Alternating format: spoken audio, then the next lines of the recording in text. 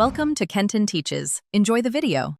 In this video, I will explain how to change Ford Fusion Key fob battery, full guide.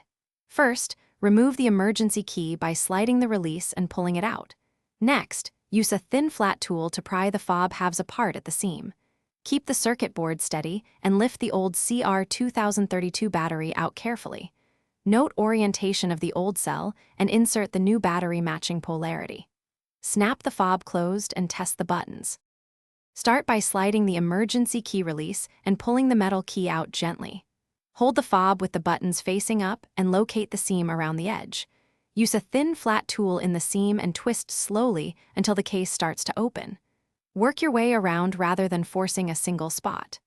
Once separated, keep both halves aligned so the circuit board and battery remain accessible and undisturbed.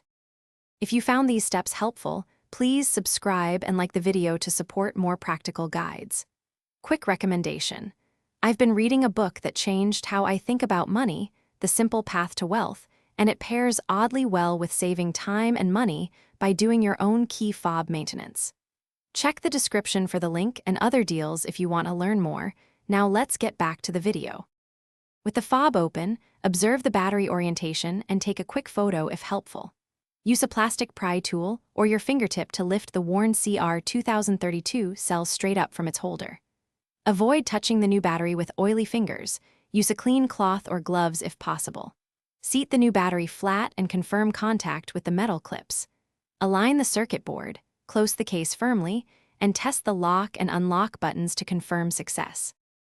Thanks for watching. Please subscribe if this video was helpful.